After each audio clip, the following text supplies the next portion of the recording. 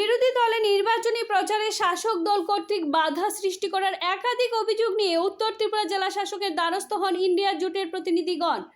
CPM উত্তর জেলা সম্পাদক অমিতাভ দত্ত, বিধায়কগণ ইসলাম উদ্দিন, শৈলেন্দ্র চন্দ্রনাথ, কংগ্রেস নেতা চয়ন ভট্টাচার্য, আরএফপিসিপি, আইএমএল এবং টিপিপি অভিযোগ দায়ের করেন। জেলা শাসকের নিকট কি বিষয়ের উপরে ডেপুটেশন দেওয়া হয়? দত্ত জানান, বিশেষ করে ধর্মনগর বিধানসভা কেন্দ্রের রাজেন্দ্র রিয়াং এর সমর্থনে নির্বাচনী প্রচার সভা বানচালের চেষ্টা করা হচ্ছে। অবাধ, সুষ্ঠু ও শান্তিপূর্ণ নির্বাচন সংগঠিত করতে হবে।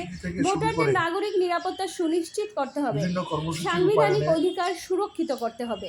Report vision TV. সমাজ বিরোধীরা অনৈতিকভাবে আমাদের কর্মসূচিগুলো রূপায়ণে বাধা সৃষ্টি করেন, ভয়, ভীতি, হুমকি প্রদান করেন। আমরা সুনির্দিষ্টভাবে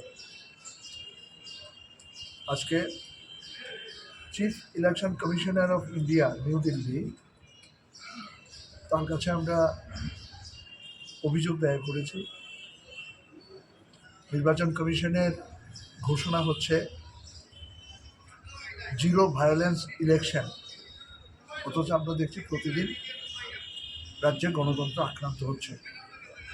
বিশেষ করে উত্তর ত্রিপুরা জেলার ধর্মনগর বিধানসভা কেন্দ্রে, পানিসাগর বিধানসভা কেন্দ্রে এবং যুবরাজনগর বিধানসভা কেন্দ্রে এই আক্রমণ অব্যাহত।